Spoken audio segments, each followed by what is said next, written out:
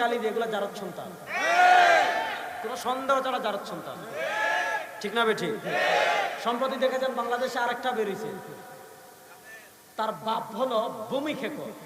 ভূমি খেকো বুঝছেন? মানে সারা দুনিয়ার অবৈধ জমি দখল করেছে, বন কেটে সাবাড় করে ফেলেছে। তার বাপ চুর, চুরের বাচ্চা, ডাকাত, চুরের বাচ্চা চুরির টাকা দিয়ে কম্পিউটার কিনেছে। কম্পিউটার কিনে কি লিখেছে জানেন? যে নবী করিম সাল্লাল্লাহু আলাইহি ওয়াসাল্লাম তার পালক ছেলের স্ত্রীর সৌন্দর্যে পড়ে তাকে প্ররোচনা দিয়ে তালাক দিয়ে নিজে বিয়ে করে ফেলেছে। নাউজুবিল্লাহটা বড় আসতে বলে, কলিজাটা ফেটে যাচ্ছে, বুঝছেন? সে কি লিখেছে জানেন? আমার নবী নাকি অনেক মানুষ ভালো, তবে তিনি ওই যুগের যে রীতি ছিল সেগুলোর ঊর্ধ্বে উঠতে পারেন নাই। এরপরে আম্মাজান আয়েশা রাদিয়াল্লাহু তাআলা আনহাকে নবী করিম সাল্লাল্লাহু আলাইহি ওয়াসাল্লাম যে বিয়ে করেছেন ওটা নিয়ে কটূক্তি করেছে। নাউজুবিল্লাহটা বড় আসতে বললেন। তার বাপ ভূমিকে কম মুশাররফ দেশ ছেড়ে ভাগছে। আমাদের দেশে আমরা যারা পকেট মারে এদেরকে পিটাই, যারা জুতা চুরি করে এদেরকে পিটাই। ও নয়, হাজার কোটি টাকা চুরি করে এরা পালাইয়া যায় কেমনে আমরা বুঝতে পারি না। তাহলে বোঝা গেল যে তোমার বুদ্ধ সরষের মধ্যেই ঢুকে গেছে। বোঝা গেল এই অবস্থার পরিবর্তন করতে পারে একটা জিনিস, এটার নাম ইসলাম। এটার নাম কি? এজন্যই নাস্তিকরা ইসলাম সহ্য করতে পারে না, কারণ ইসলাম আসলে একটারও হাত থাকবে না, সবগুলা চোর, ঠিক কিনা? ইসলাম বলে প্রশ্ন ফাঁস করে টাকা চুরি করবা, জমি দখল করে টাকা চুরি করবা, রাষ্ট্রের টাকা চুরি করবা, ইসলাম বলে কোনো কথা নাই, সাথে সাথে হাত কেটে ফেলে দাও। দেখেন একজন যত বড় জজ হোক, ব্যারিস্টার হোক, ইসলামের শাস্তিটা দেখেন যে হাত কেটে ফেলে দাও। এখন একজন যত বড় টাই করুক, হাত বলছে যে 100টা ঘুষি মারো, আজকে মারছেন কালকে শেষ, ঠিক না? যে তারা থাপ্পড় মারো আজকে মারছেন কালকে শেষ, কিন্তু হাত যদি কেটে ফেলে দেন, সে যত বড় পীর হোক আর শায়েখ হোক আর মৌলানা হোক আর জজ হোক আর ব্যারিস্টার হোক, মানুষ যখন দেখবে হাত কাটা বলবে এটা চোর। একদম মৃত্যু পর্যন্ত তার চুরের শিল লাগবে কি লাগবে না?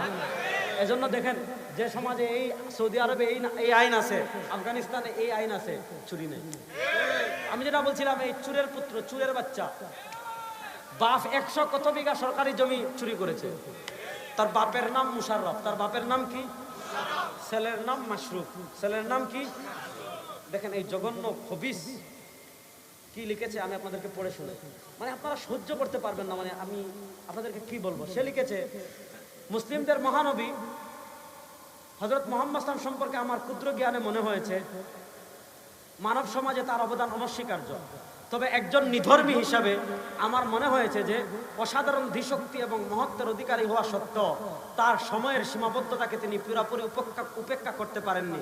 বাল্যবিবাহ, একের পর এক বিবাহ, নিজের পালক পুত্রের প্রতি আকর্ষণ এবং সেটাকে কোরআনের আয়াত দিয়ে জায়েজ করা কাজ ইত্যাদি। শরীরে রক্ত গরম হয়নি? যদি রক্ত গরম না হয় বুঝবেন আপনি মুমিন না, আপনি মুনাফিক। যদি রাসূলুল্লাহ সাল্লাল্লাহু আলাইহি ওয়াসাল্লামের শানে এমন জঘন্য কটূক্তি করে আপনার শরীরে আগুন না লাগে, বুঝবেন আপনি মুসলমান না, আপনি মুনাফিক। আমার দেশের এটা সাধারণ কেউ না, এটা হলো পুলিশের এসপি। আমাদের ট্যাক্সের টাকায় বেতন পেয়ে, আমাদের ট্যাক্সের টাকায় বেতন পেয়ে ব্লগে আমাদের নবীকে কটূক্তি করবে, বাংলাদেশের মুসলমানরা সহ্য করবে না, বাংলাদেশের মুসলমানরা মেনে নিতে পারে না। আমরা আমার নবীর ইজ্জতের জন্য না, আমার নবীর একটা চুল নিয়ে যদি কেউ কটূক্তি করে, আমার নবীর একটা চুল মুবারকের ইজ্জতের হেফাজতের জন্য লক্ষ লক্ষ মুসলমান জীবন দেওয়ার জন্য প্রস্তুত।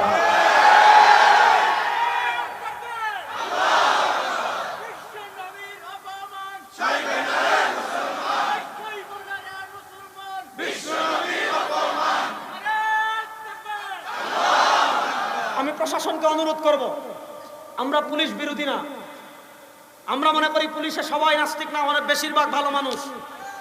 আমি আপনাদেরকে যেটা বলতে চাচ্ছি, বেশিরভাগ মুসলমান। আমি আপনাদেরকে যেটা বলছি, আপনারা গত বছরের একটা কাহিনী দেখেছেন, এক পুলিশ সদস্য এক শাহবাগী মহিলাকে বলেছিল টিপ পরেছেন কেন, দেখেছিলেন নি? টিপ পরেছেন কেন? যদি বলেছে এটা প্রমাণিত হয় নাই, তারা মিডিয়ায় হাত তুলেছে। এই টিপ পড়েছেন কেন? শাহবাগী এক মহিলাকে এটা বলার কারণে আপনারা দেখেছেন ওই পুলিশ সদস্যকে বরখাস্ত করেছে, তাকে চাকরিচ্যুত করেছে। টিপ পড়েছেন কেন? এটা বললে চাকরি চলে যায়। আর নবী করিম সাল্লাল্লাহু আলাইহি ওয়াসাল্লামকে নিয়ে কটূক্তি করে বাংলাদেশের পুলিশের চাকরি করবে, এটা কি মুখের মুল্লুক নাকি? আপনারা প্রস্তুত আছেন না নাই? নবী করিম সাল্লাল্লাহু আলাইহি ইজ্জতের জন্য জীবন দেওয়ার জন্য প্রস্তুত আছেন না নাই? আরে দুনিয়াতে ওই মুসলমানের চেয়ে সৌভাগ্যবান আর কেউ না। নবী করিম সাল্লাল্লাহু আলাইহি ওয়াসাল্লামের ইজ্জতের জন্য যে প্রাণটা ঝরবে, আরে সব বাদ দেন। আমাদের গাজী আল মাহমুদ ভাই, সে তো এখনো জীবিত, তার ঘটনা জানেন। আমার হাবিব কি রে ভাই, দেখেন নবী করিম সাল্লাল্লাহু আলাইহি ওয়াসাল্লামের ইজ্জত রক্ষার আন্দোলনে আমাদের গাজী আল মাহমুদ গিয়েছিল। কি হয়েছে? এমন মাইর খেয়েছে, এমন মাইর খেয়েছে, তাকে পিটিয়ে ফ্লাইওভার থেকে ফেলে দিয়েছে, হাড্ডি ভেঙে গুড়া গুড়া হয়ে গিয়েছে, হাত পায়ের শরীরের হাড্ডি ভেঙে গুড়া গুড়া হয়ে গিয়েছে। হাসপাতালে নিয়ে গিয়েছে। হাসপাতালে ডাক্তার বলেছে এই যে গুড়া গুড়া হাড্ডি হয়েছে, কেমনে ঠিক হবে আমরা বুঝতে পারতেছি না। হাসপাতালেরা রাত্রে থাকে, হাসপাতালে রেখেছে।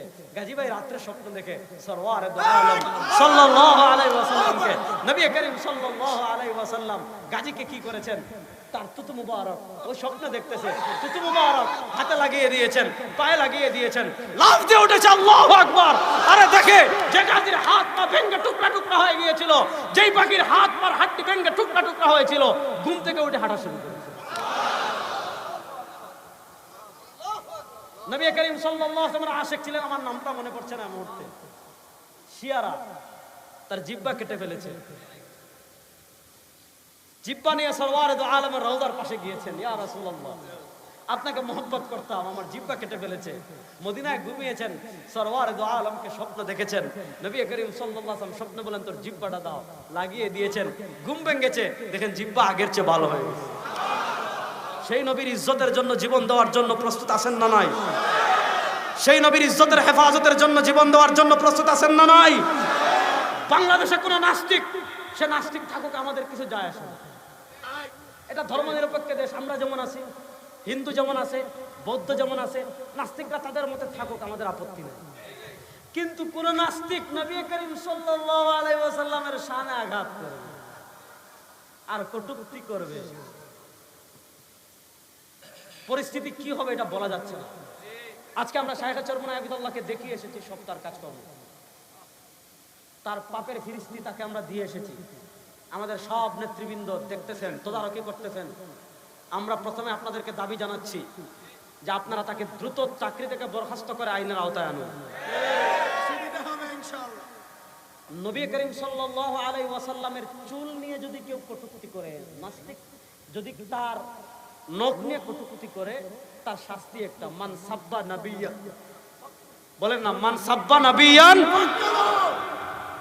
নবীরকে নিয়ে যে কটূক্তি করবে এ শুধু মুসলমানের শত্রু না, এ মানবতার শত্রু, পৃথিবীর সভ্যতার শত্রু। দেখেন নবী করিম সাল্লাল্লাহু আলাইহি ওয়াসাল্লামের মাক্কি জীবন দেখেন, মাদানী জীবন দেখেন।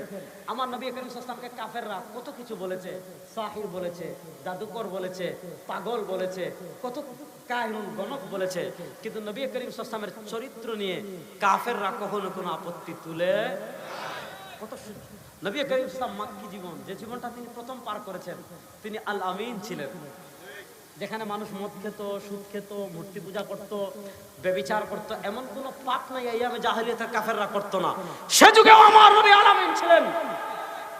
সেই নবীর চরিত্রে কেউ আঘাত করলে আমরা কষ্ট পাই, তো যদি কষ্ট না পান আপনি মুনাফিক। সুতরাং নবী করিম সাল্লাল্লাহু আলাইহি ওয়াসাল্লামের ইজ্জত রক্ষার আন্দোলনের জন্য আমাদের আবার রাজপথে নামার সময় চলে আসছে ইনশাআল্লাহ। নারায়ণগঞ্জের মুসলমান প্রস্তুত আছেন না নাই? আমাদের পরিচয়, আমরা মুহাম্মাদের সেনা, আমরা সবাই রাসূল সেনা। আর আসতে বলেন নারায়ে তাকবীর, আমরা সবাই রাসূল সেনা। আর দুই হাত তুলে বলেন আমরা সবাই রাসূল সেনা, আমরা সবাই রাসূল সেনা। তোমার নেতা আমার নেতা, তোমার নেতা আমার নেতা, আমার নবীর অপমান সইবে না রে মুসলমান। নারায়ে তাকবীর। আল্লাহ রাব্বুল ইজ্জত ওয়াল জালাল নবী করিম ইসলামের ইশক ও মহব্বত হৃদয় ধারণ করে আমাদের সবাইকে কবরে যাওয়ার তৌফিক দান করেন।